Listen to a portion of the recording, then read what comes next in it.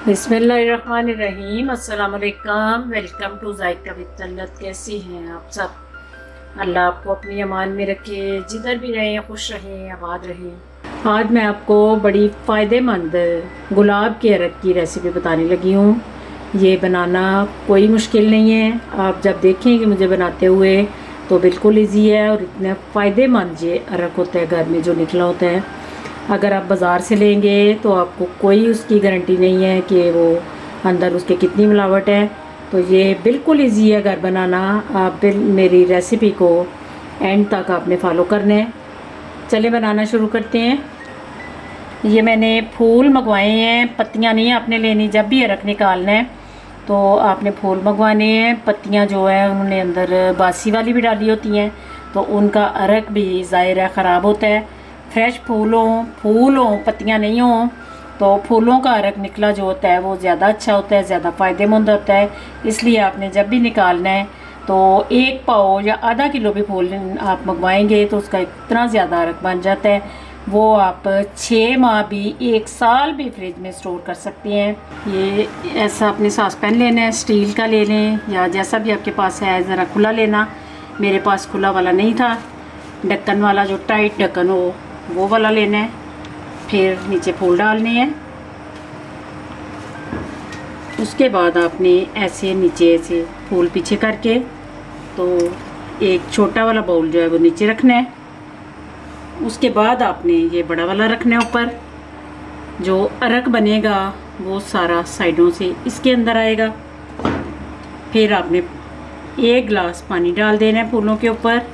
तो ढक्कन को सीधा नहीं रखना, ऐसे उल्टा देना है। ये जो सुराख है इसको आपने बंद करना है।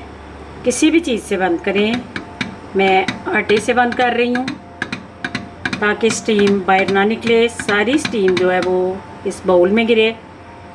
इसके बाद अगला जो बड़ा ज़रूरी प्रोसेस है वो है इसके ऊपर आपने बर्फ़ डाल देनी है ताकि अंदर से गर्म हीट रहे और ऊपर से ढक्कन ठंडा रहे। तो फिर अंदर वाली जो ड्रॉप है वो बहुत ज़्यादा बनते हैं और बाउल में उसकी स्टीम जो है ज़्यादा गिरेगी ऊपर बर्फ़ रखने से। ये आपने बर्फ़ ज़रूर रखनी है।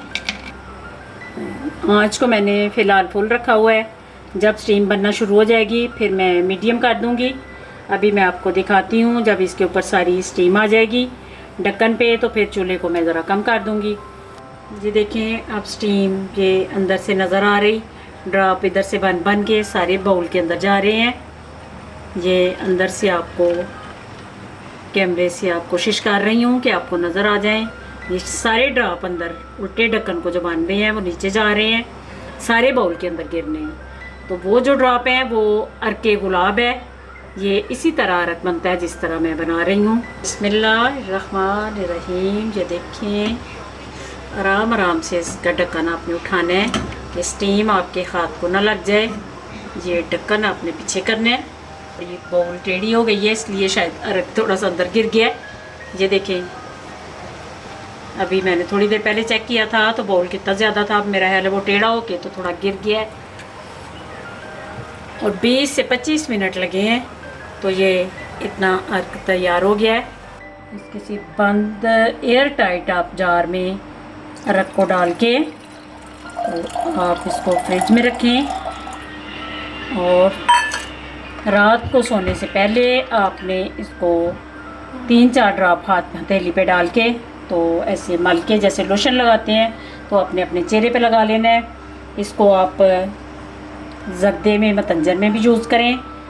वो दूसरा तरीका जो है वो मैं आपको ये बताऊं कि आपने सॉस पैन में फूल सारे डालने हैं। फूल डाल के अंदर पानी डाल देना है और ऊपर ढक्कन दे देना है।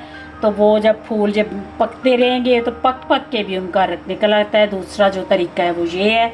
और ये देखें ये जो पानी है ये आपने ज़ाया नहीं करना, ये बड़ा फ़ायदेमंद पानी है, इसको आप अलग से रखें। ये देखें ये भी अरक जो है वो बहुत अच्छा है। ये मैं अलग से बाउल में डाल के रखने लगी हूँ।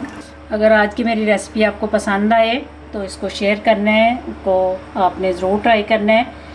अगर मेरे चैनल पे आप नए हैं तो प्लीज़ सब्सक्राइब कीजिए। दुआओं में मुझे याद रखना। अल्लाह आप सबका हामी और नासिर। खुदा हाफिज़।